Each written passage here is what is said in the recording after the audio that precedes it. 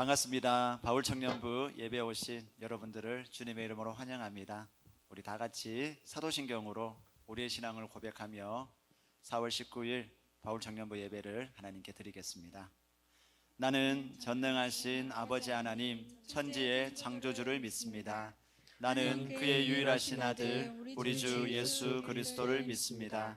그는 성령으로 잉태되어 동정녀 마리아에게서 나시고 본디오 빌라도에게 고난을 받아 십자가에 못 박혀 죽으시고 장사된 지 사흘 만에 죽은 자 가운데서 다시 살아나셨으며 하늘에 오르시어 전능하신 아버지 하나님 우편에 앉아 계시다가 거기로부터 살아있는 자와 죽은 자를 심판하러 오십니다. 나는 성령을 믿으며 거룩한 공교회와 성도의 교제와 죄를 용서받는 것과 몸의 부활과 영생을 믿습니다. 아멘. 우리 다 같이 그 사랑 함께 찬양하며 나아가겠습니다.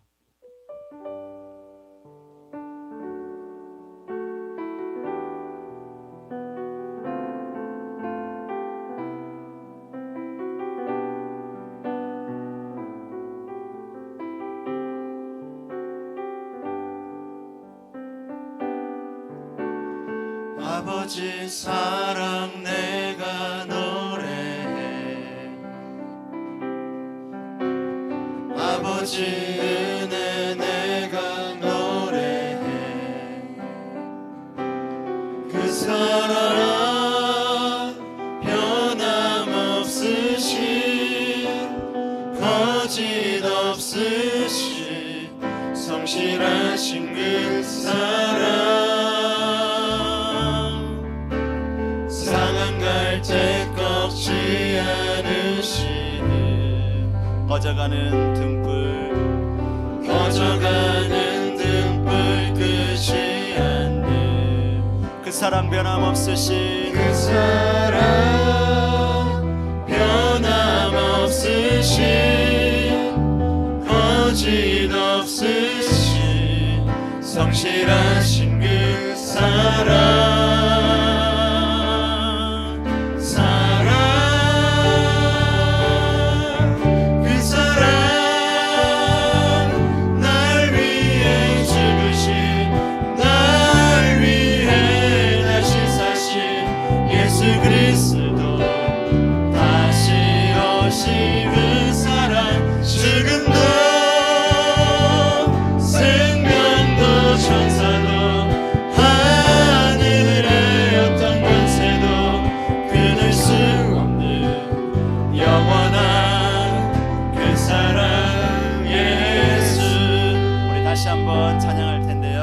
아버지의 그 신실하신 사랑을 마음 담아 함께 고백하겠습니다.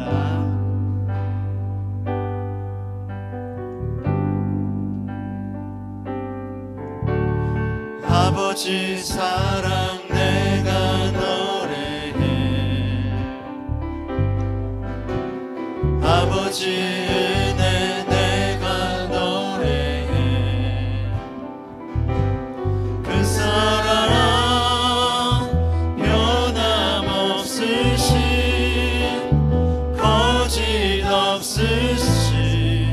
성실하신 그 사랑 상한 갈 때 꺾지 않으시는 꺼져가는 등불 끄지 않는 그 사랑 변함없으신 그 사랑 변함없으신 거짓 없으신 성실하신 그 사랑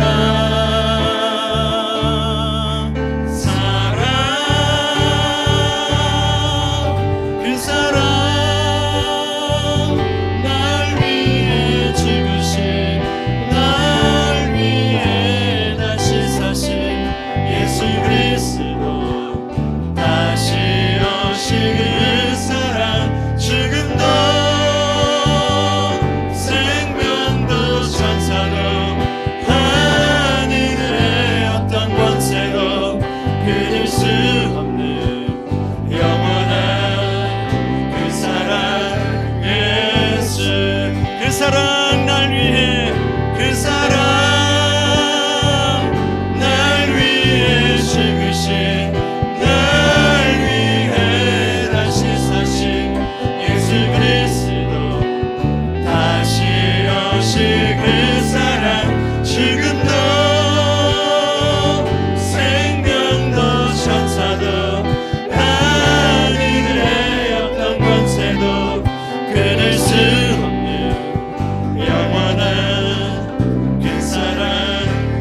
마지막으로 고백합니다. 그 사랑 날 위해, 그 사랑 날 위해 죽으신, 날 위해 다시 사신 예수 그리스도, 다시 오실 그 사랑, 죽음도 생명도 천사도 하늘의 어떤 권세도 끊을 수 없는 영원한 그 사랑 예수, 영원한 그 사랑, 영원한 그 사랑 예수. 주님의 사랑을 찬양하며 높여드립니다. 아멘. 우리 계속해서 찬양할까요?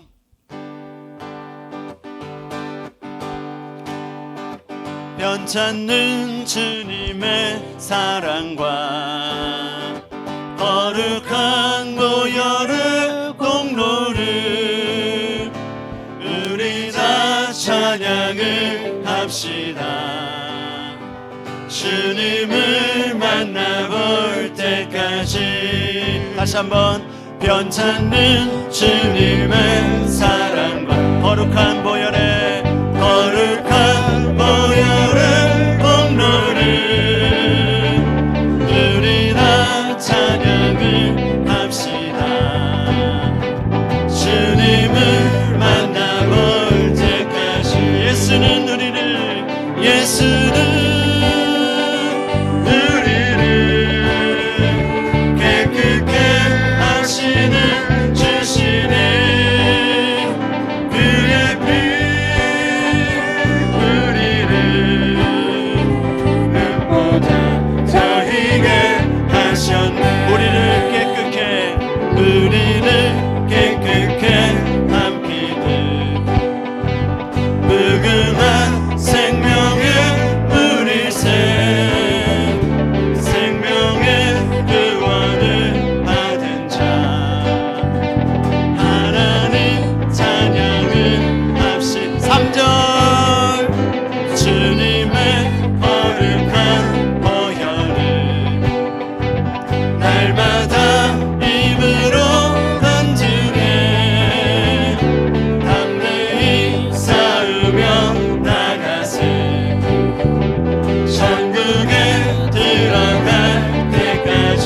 예수는 우리를, 예수는 우리를 깨끗게 하시는 주시니 그의 피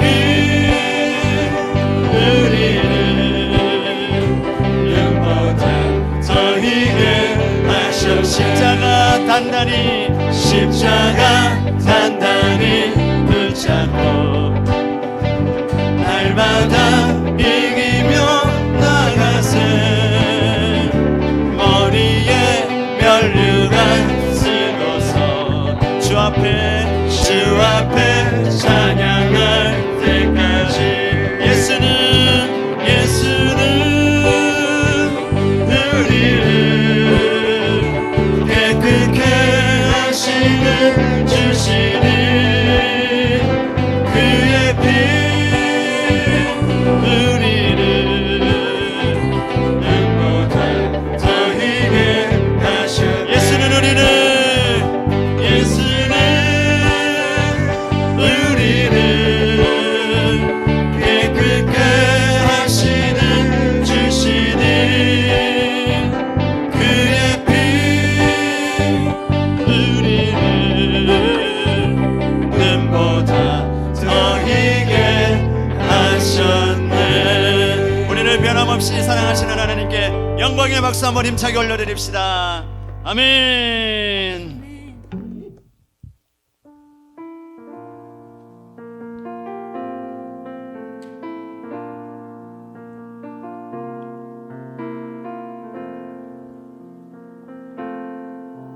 주님 내가 주의 장막을 사모합니다. 오직 주의 임재를 갈망합니다.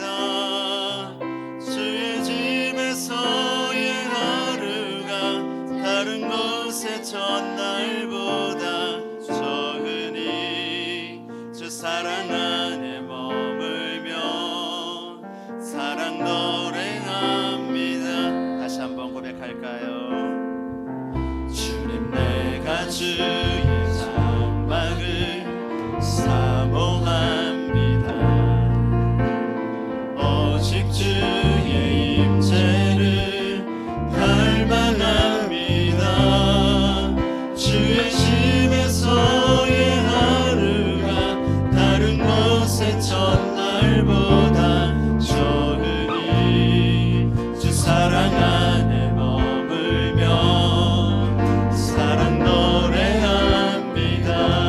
나의 평생에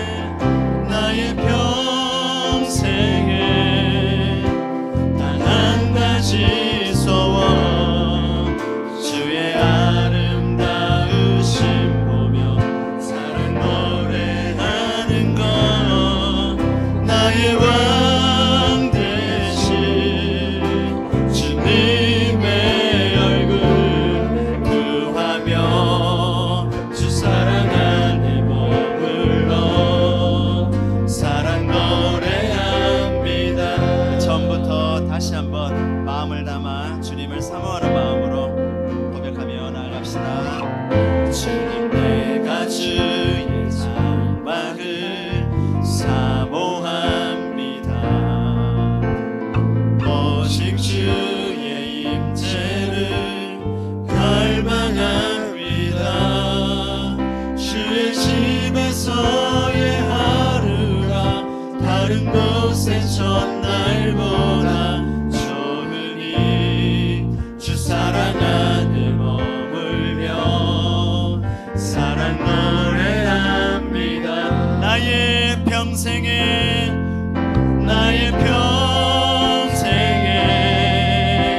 단 한 가지 소원 주의 아름다우심 보며 사랑 노래하는 것 나의 왕 되신 주님의 얼굴 구하며 주 사랑 안에 머물러 사랑 노래한 나의 평생에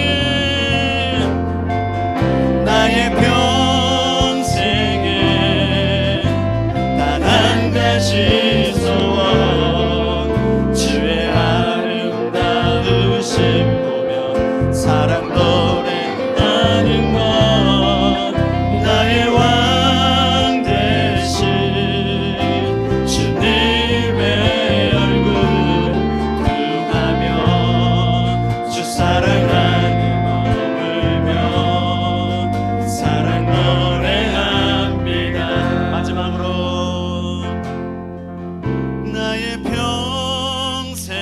평생에 단 한 가지 소원 주의 아름다우심 보며 사랑 노래하는 것 나의 왕 되신 주님의 얼굴 구하며 주 사랑 안에 머물며 사랑 노래합니다.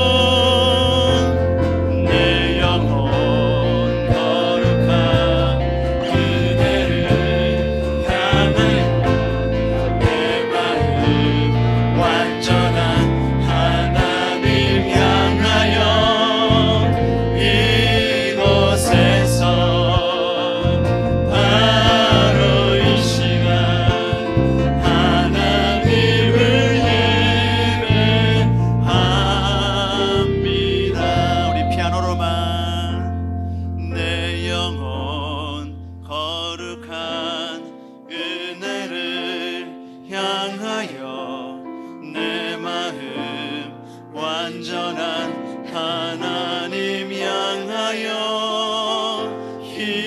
이곳에서 바로 이 시간 하나님을 예배합니다.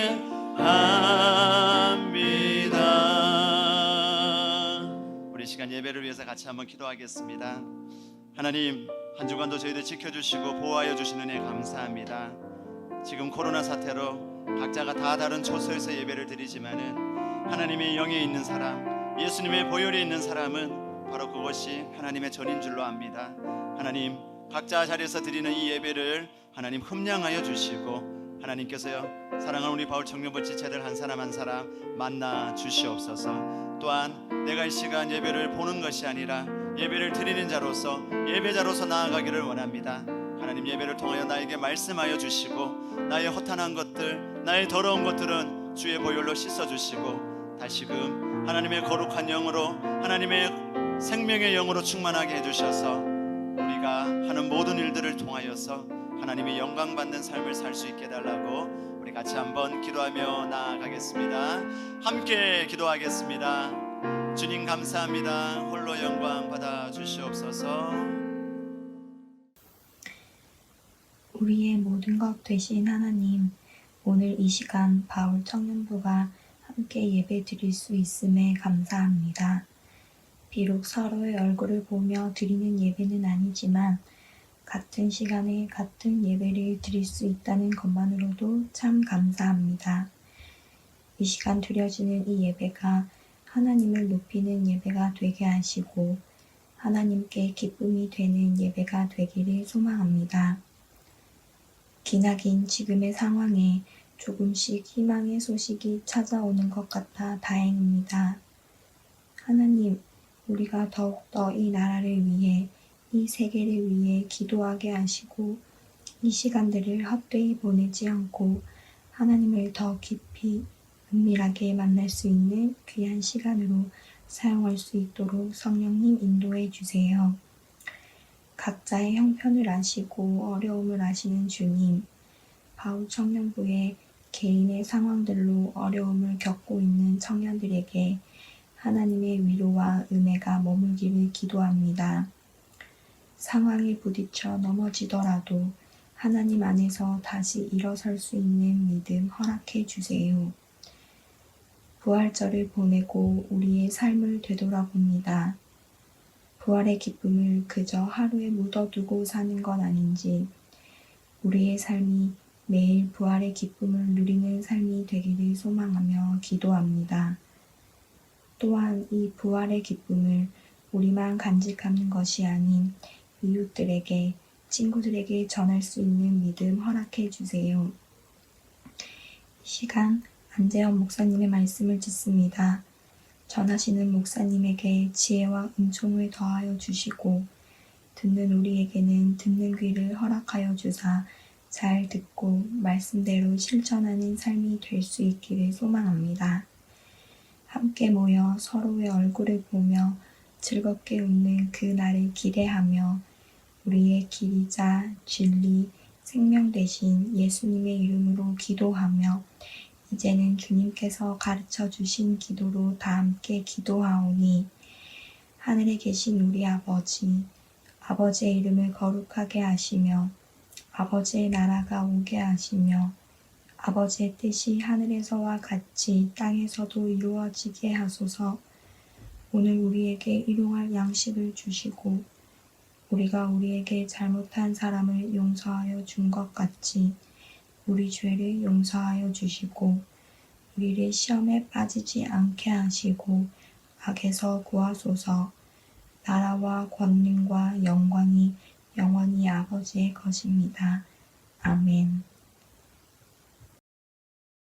우리 시간에는 서로를 축복하는 시간을 갖도록 하겠습니다. 서로 얼굴을 볼 수는 없지만은 좌측에 우측에 또 내 앞에 우리 사랑하는 바울 청년부 지체들이 있다고 생각하고 우리 함께 축복하겠습니다.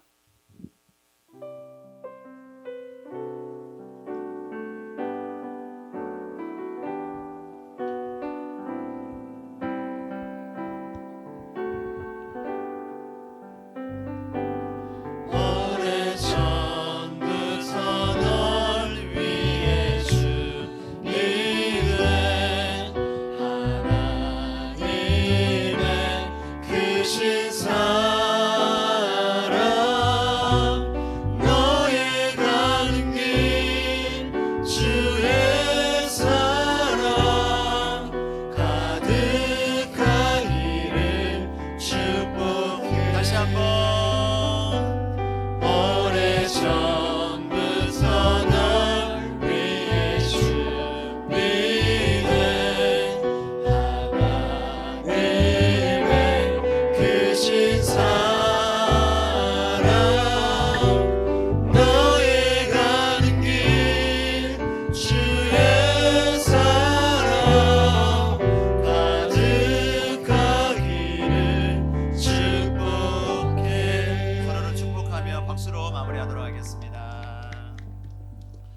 바울 청년부 예배에 오신 여러분들을 다시 한번 주님의 이름으로 환영합니다. 광고 말씀 세 가지만 드리도록 하겠습니다. 계속해서 코로나 사태로 인하여서 현장 예배가 이루어지지 않고 있습니다. 여러분들이 계속해서 기도해 주셔서 지금 위기 경보 단계가 지금 심각 단계, 제일 마지막 4단계에 있습니다. 이것이 계속해서 1단계까지 내려가고 모든 사람들이 정상적인 활동을 할 수 있을 때까지 계속해서 기도하면 좋겠습니다. 두 번째로는 우리 청년부 현장 예배는 초중 고등학교가 정상적으로 개학을 하고 나면은 그때 예배를 드릴 예정입니다. 작년부 예배는 예정은 다음 주부터 해서 1, 2, 3부 예배를 드리게 됩니다. 혹시라도 작년부 예배에 참석을 희망하시는 분들은 다음 주 1, 2, 3부 예배 중에 신청하는 예배의 부서를 각 리더들에게 미리 사전에 연락을 주시고 그렇게 예배를 드리러 올 수 있었으면 좋겠습니다. 마지막으로 헌금에 관한 부분인데요. 계속해서 현장 예배를 드리지 못하고 있어서 헌금에 대해서 문의하시는 분들도 그렇게 하는데요. 두 가지 방법이 있습니다. 하나는 우리 교회 공식 대구은행 계좌를 통하여서 헌금을 드릴 수가 있고, 아니면은 개인 가정 예배를 드리거나 개인 예배를 드릴 때에 예물을 모아 놓으셨다가 다음에 현장 예배 할 때에 가져오셔서 드리면 되겠습니다. 자, 받드린 광고 없으면 우리 이 시간 찬양하며 하나님께 예물을 봉헌하도록 하겠습니다.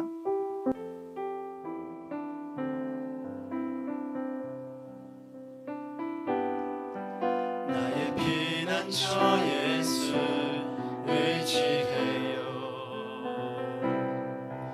나의 피난처 예수 의지해요.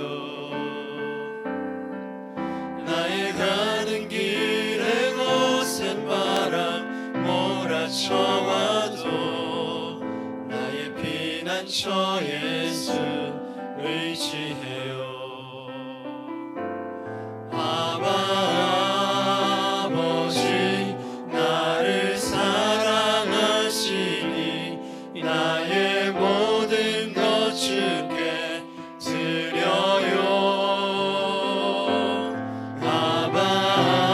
아버지 내가 여기 있으니 주님 영광 위하여 써주세요. 기도하겠습니다. 살아계신 하나님, 오늘도 역사하시는 하나님, 주님 앞에 예배 드릴 수 있음이 얼마나 감사한지 이번 코로나 사태를 통하여서 우리가 다시 한 번 더 고백하게 됩니다. 그 옛날 많은 믿음의 위인들이 예배를 위하여서 삶을 걸었고 그 예배를 위하여서 많은 것을 걸면서 지켰던 그 예배가 지금은 전염병이라는 이전에 볼 수 없었던 초유의 사태로 말미암아 우리 모두가 숨죽이며 많은 활동도 하지 못하며 집에서 이렇게 예배를 드리고 있습니다. 하지만 무소부재하시고 어느 곳에서든지 우리 가운데 역사하실 수 있는 성령 하나님께서 우리와 함께 하시기에 오늘도 각자의 처소에서 감사한 마음으로 예배를 올려드립니다. 자격 없는 우리이지만은 예수님의 보혈을 믿고 나아가는 사랑하는 지체들 한 사람 한 사람 하나님께서 기억하여 주시고 오늘도 예배를 통하여서 우리의 믿음과 우리의 마음과 모든 것들이 더욱더 강건해지고 회복되는 예배되게 하여 주시옵소서. 무엇보다 하나님의 생명의 음성, 살아있는 음성을 들을 수 있도록 인도하여 주시옵소서. 하나님, 예배를 드리며 더 순서를 따라 귀한 예물을 올려드립니다. 준비한 그 마음들, 하나님 앞에 드리고 싶어하는 이 마음들을 하나님 흠량하여 주시고 이 예물들을 통하여서 더욱더 우리 바울 청년부가 이 대구 땅 가운데에 아직 하나님을 알지 못하는 많은 잃어버린 양들 가운데에 담대히 나아가는 귀한 방주가 될 수 있도록 저희들을 들어 사용하여 주시옵소서. 이 모든 말씀 예수님의 이름으로 기도드립니다. 아멘. 오늘 우리에게 주시는 하나님의 말씀은 요한복음 20장 19절로 23절 말씀입니다. 요한복음 20장 19절로 23절 말씀입니다. 찾으시면은 함께 읽도록 하겠습니다. 이날 곧 안식 후 첫날 저녁 때에 제자들이 유대인들을 두려워하여 모인 곳의 문들을 닫았더니 예수께서 오사 가운데 서서 이르시되 너희에게 평강이 있을지어다. 이 말씀을 하시고 손과 옆구리를 보이시니 제자들이 주를 보고 기뻐하더라. 예수께서 이르시되 너희에게 평강이 있을지어다. 아버지께서 나를 보내신 것 같이 나도 너희를 보내노라. 이 말씀을 하시고 그들을 향하사 숨을 내쉬며 이르시되 성령을 받으라. 너희가 누구의 죄든지 사하면 사하여질 것이요 누구의 죄든지 그대로 두면 그대로 있으리라 하시니라. 아멘. 한 주간 동안도 잘 지내셨습니까? 여전히 코로나 사태가 지속되고 있습니다. 우리나라는 계속해서 확진자 수가 줄어들고 있고 많은 안정세로 가고 있지만은 요즘은 무증상 확진자들이 나타나고 있어서 아직까지 안심할 수 없는 상황입니다. 해외에서는 사태가 안정되기보다는 아직까지도 더 많이 힘들어지는 그런 뉴스들을 보게 됩니다. 계속해서 이 사태가 마무리되어서 비정상인 상황들이 다시금 정상으로 돌아올 수 있도록 우리가 계속해서 기도하며 나가면 좋겠습니다. 지난주는 부활절이었습니다. 오늘은 계속해서 지난주 읽었던 본문 다음의 말씀으로 함께 하나님 말씀을 나누려고 합니다. 예수님은 부활하신 다음에 많은 일들에 주목하지 않으셨습니다. 그리고 많은 사람들을 만나지도 않으셨습니다. 예수님이 만났던 사람들은 거의가 다 예수님의 제자들이었습니다. 달리 설명하면 예수님은 항상 예수님을 믿고 예수님께 삶을 헌신했던 그 제자들에게 관심이 많으시다는 겁니다. 우리가 잘 아는 것과 마찬가지로 하지만 그 제자들은 예수님의 기대와 바람에 부응하지는 못했습니다. 자신의 목에 칼이 왔을 때에 예수님 때문에 받게 될 불이익이 당장 현실이 되었을 때에 그들은 예수님을 모른 척하고 예수님을 배신하고 도망갔던 사람입니다. 예수님의 입장에서는 부활하시고 난 다음에 충분히 그 제자들을 찾아가서 복수를 할 수도 있었을 것입니다.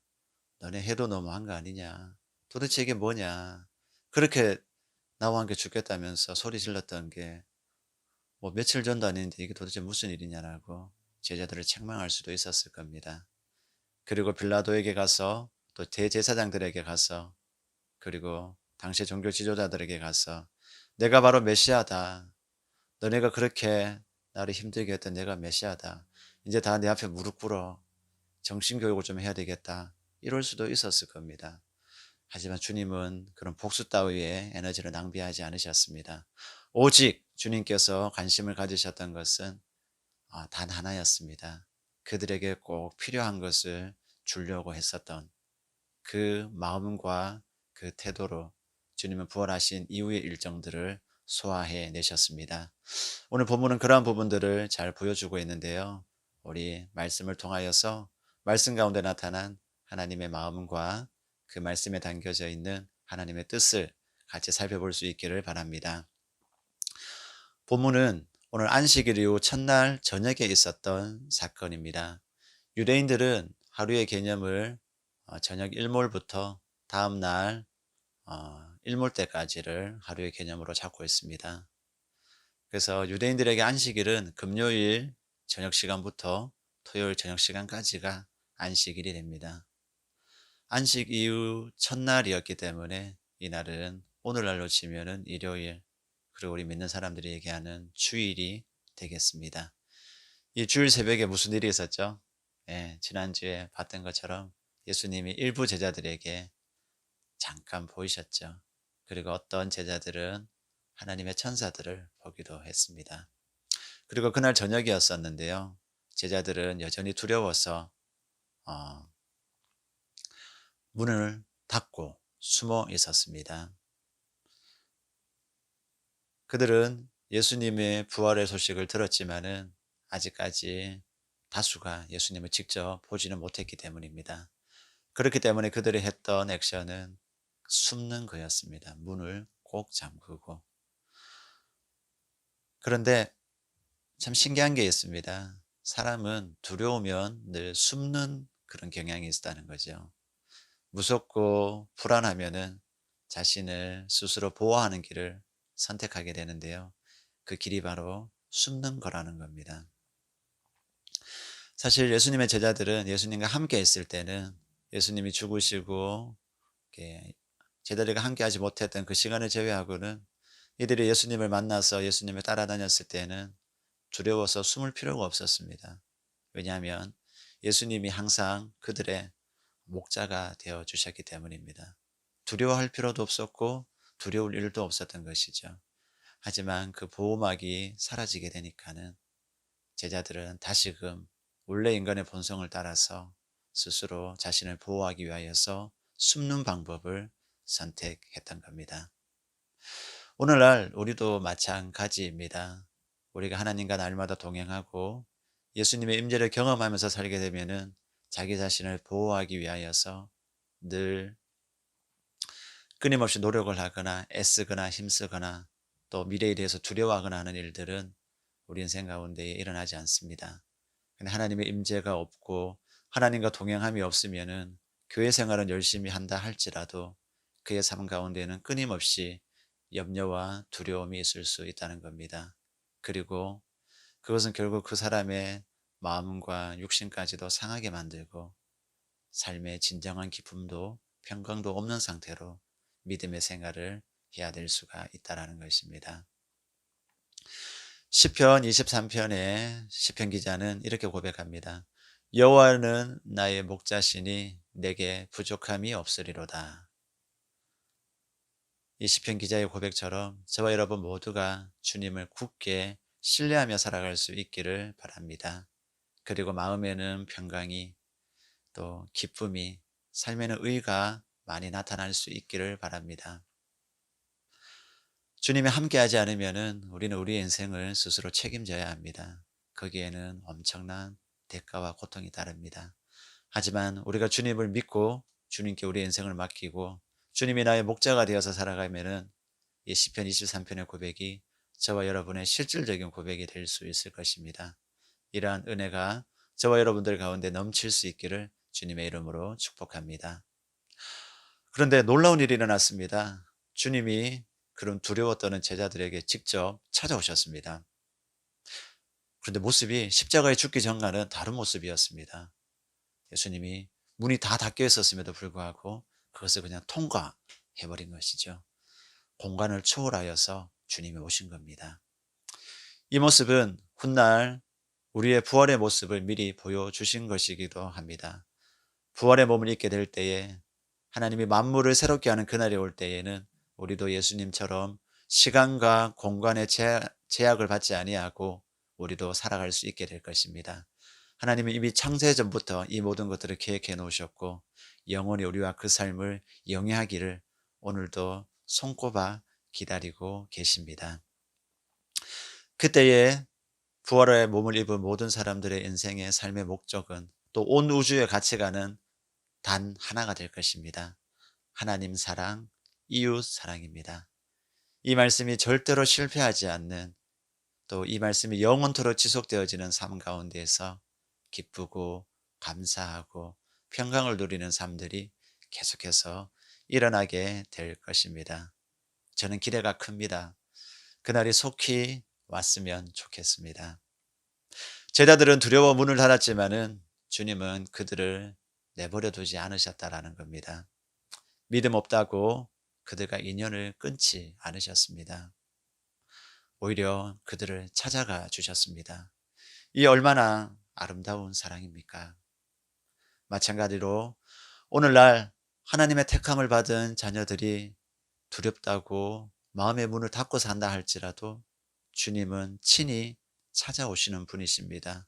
결코 우리를 포기하지 않으시는 분이십니다.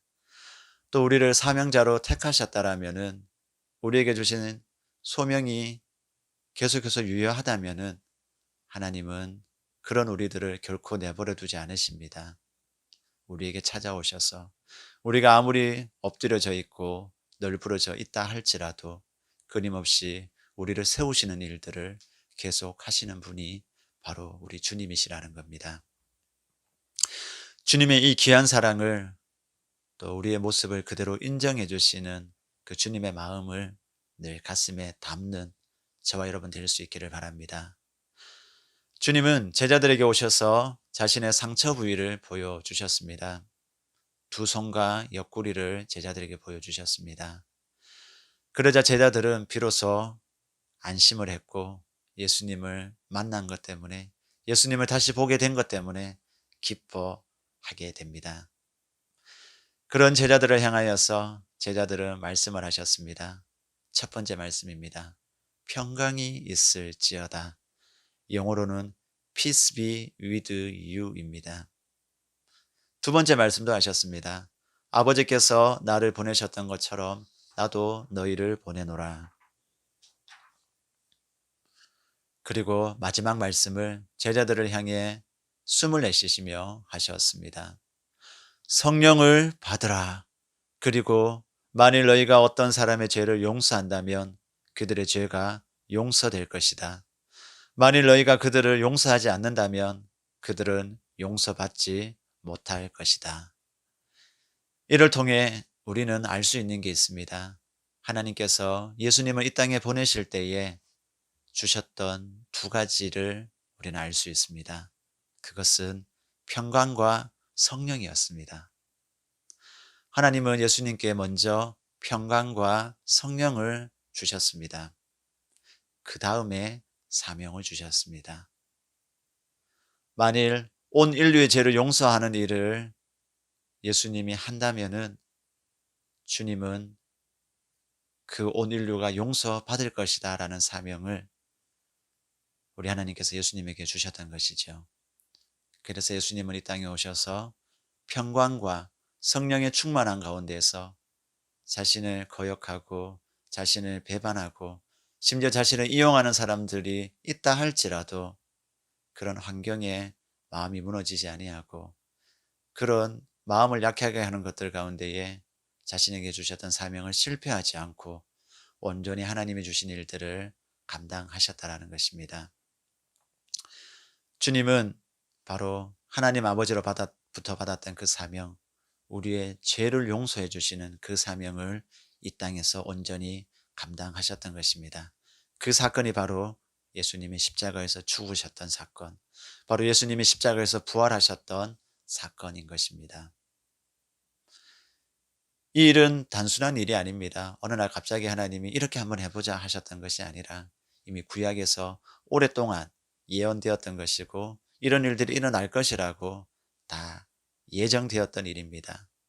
구약의 레위기를 읽어보면은 하나님이 하나님의 백성들이 죄를 범했을 때에 그들의 죄를 용서해 주시기 위하여서 만드셨던 5가지 제사가 있습니다. 다 아시는 것과 마찬가지로 첫 번째 뭐죠? 그렇죠. 번제입니다. 두 번째는요. 소제입니다. 그리고 화목제, 속죄제, 속건제 이 5가지 제사 제도가 있었습니다. 다 설명할 수는 없겠지만 화목제만 하나 살펴보면은 화목제를 드리는 그 당사자는 율법에서 정한 그 짐승을 데리고 와서 자신의 손을 얹습니다. 그 짐승에게 손을 얹고 그러면 죄가 그 짐승에게 전가가 되겠죠. 그리고 그 동물을 도살하게 됩니다. 그러면 제사장이 와서 그 짐승의 피를 제단에 뿌립니다. 그리고 그 짐승에게 남아 있었던 장기와 또 일부 장기에게 있었던 기름들을 하나님 앞에 화제로 드리게 됩니다. 그렇게 화제로 드리게 되어지면은 성경은 얘기합니다. 그것은 여호와께 향기로운 냄새, 여호와 하나님을 만족시키는 제사이다라고 그렇게 설명하고 있습니다.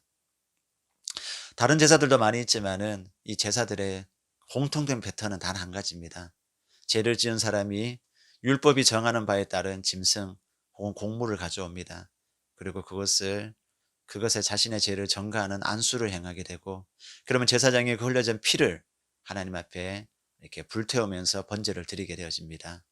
그리고 그때 올라가는 그 향이 하나님께 만족을 주는 향기로운 제사가 됩니다. 그리고 그 남아 있었던 피나 기타 등등은 때로는 진영 밖에 버리기도 하고 번제단 밑에 붓기도 하는 그런 일을 했습니다. 이 일이 끝나고 나면은 나타나는 최종 결과가 그러면 무엇이냐? 바로 그들은 하나님과 바른 관계를 맺게 되어지고 그들의 죄가 용서되는 것이었습니다. 이처럼 예수님이 십자가에서 죽으시고 부활하셨던 그 일은 궁극적으로 온 인류의 죄들을 용서해 주기 위함이었다는 겁니다. 근데 그 일은 갑자기 이루어진 일이 아니라 주님이 이미 오래전에 이스라엘 백성에게 약속하셨던 모세오경을 통하여 주셨던 그 예정된 말씀을 예수님을 통하여서 온전히 이루셨다라는 것을 우리에게 알려주시기 위하여서 미리 레위기를 그렇게 기록하셨던 겁니다. 어떠신가요? 레위기를 한번 읽어보고 싶은 마음이 좀 드나요? 네, 없나 보군요. 레위기를 한번 읽어보십시오. 그러면 예수님의 그 제사가 얼마나 디테일하게 이루어졌는지를 알게 될 것입니다. 하나님의 말씀을 디테일하게 알면 알수록 우리의 믿음은 더욱더 깊은 뿌리를 내리게 될 것입니다. 하지만 하나님의 말씀을 피상적으로 알게 되어지면 우리의 믿음은 항상 상황과 환경에 영향을 받게 될 것입니다. 믿음이 자라기를 원하신다면 꼭 하나님의 말씀을 읽을 수 있기를 바랍니다. 이번에는 레위기를 여러분들에게 읽을 수 있기를 권면드립니다. 그렇습니다. 주님은 오늘날 우리를 세상에 보내고 싶어 하십니다. 왜냐하면 아직 하나님의 용서를 모르는 분이 많이 있기 때문입니다. 예수님의 십자가는 기독교인의 입장에 봤을 때는 내 죄 때문에 죽은 것에 대한 아픔도 있지만은 온 인류의 죄가 용서되어졌다라는 놀라운 기쁨과 환희가 있는 그런 사건인 것입니다. 하나님 우리 한 사람만 그 기쁨과 감격을 누리기를 원하시는 것이 아니라 아직 하나님의 이 사랑을 알지 못하는 복음을 듣지 못한 사람들에게 먼저 복음을 한 우리가 그들에게 가기를 원하신다라는 것입니다. 마치 주님이 먼저 우리에게 오셔서 제자들을 세우셨던 것처럼 말입니다. 하지만 하나님은 우리의 연약함을 아십니다. 예수님도 우리의 연약함을 아십니다. 그래서 이 땅 가운데 살아가는 것이 주님의 복음을 증거하면서 살아가는 것이 간단하지 않은 일도 아십니다. 그래서 거기에 대한 완벽한 조치를 취하셨습니다. 그것이 바로 우리로 하여금 먼저 평강을 부어주시고 성령을 부어주시는 일이었습니다. 평강과 성령이 있다라면은 날마다 십자가를 지는 삶이 또 복음을 증거하는 삶이 가능하게 됩니다. 하지만 단순한 나의 열정과 나의 에너지만 가지고 이 사역을 감당한다라면은 조금만 에너지가 떨어지거나 상황이 힘들어지거나 컨디션이 안 좋게 되어지면은 이내 믿음 없는 사람과 별반 다름없는 행동들을 우리는 이미 스스로 많이 해왔던 것을 잘 알고 있을 것입니다.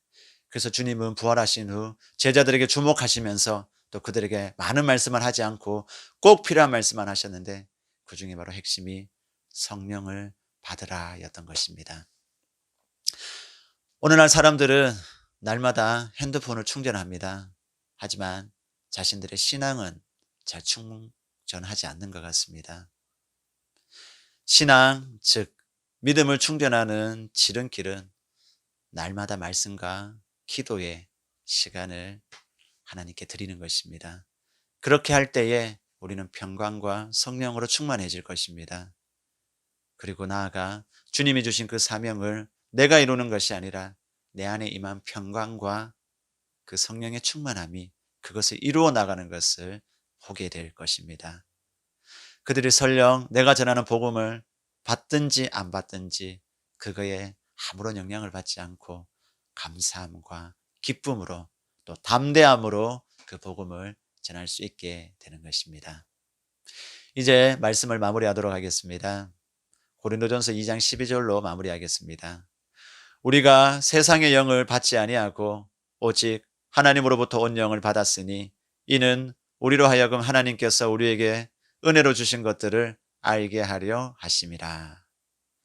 성령을 받으시기 바랍니다. 성령을 받아야 주님의 십자가 사랑이 얼마나 큰지를 비로소 이 말씀처럼 알게 되는 것입니다. 또 성령을 받아야지만이 인생사에 일어나는 다난한 일들 가운데에 마음이 흔들리지 않고 늘 평강 가운데 살아갈 수 있게 됩니다. 그리고 그 열매로 복음을 전할 수 있게 되는 것입니다. 또 주님이 나의 목자임이 비로소 온전히 믿어지게 되어지고, 그렇기 때문에 그 주님께 내 삶을 맡길 수 있게 되는 것입니다. 날마다 말씀과 기도의 생활에 게을리하지 마십시오. 날마다 말씀과 기도의 생활에 여러분들의 최우선적인 에너지를 쏟으십시오.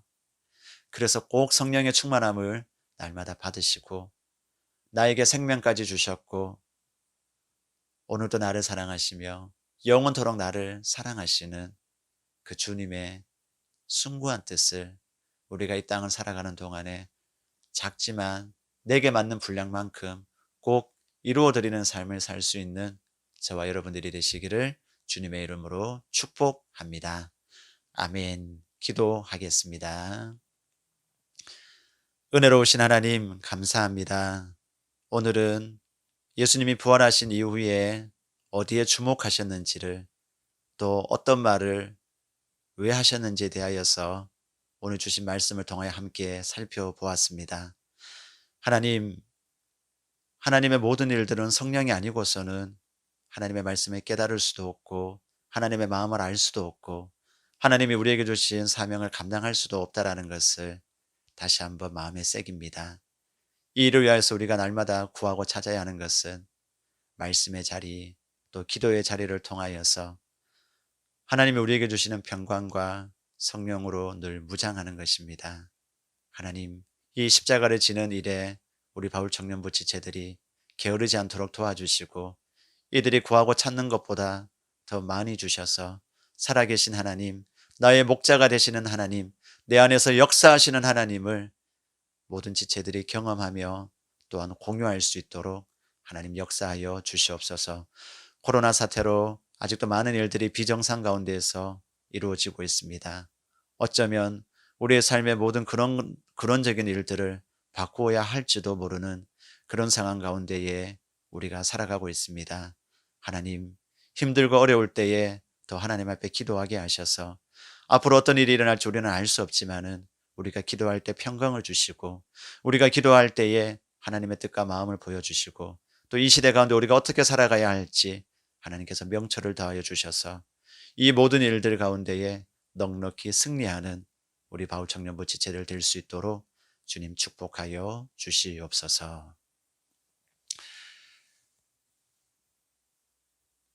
이제는 우리 주 예수 그리스도의 은혜와 하나님 아버지의 그 지극하신 사랑과 성령 하나님의 그 놀라우신 함께하여 주심이 오늘도 말씀을 듣고 주님이 우리에게 말씀하셨던, 주님이 우리에게 당부하셨던 그 성령을 받고자 날마다 말씀 읽기와 기도 읽기에 힘쓰기로 작정하는 모든 이 시간 예배자들 머리 위에 이제로부터 영원토록 함께 하시기를 간절히 축원하옵나이다.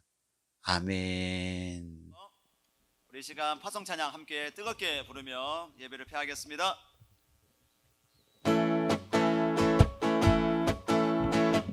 주 하나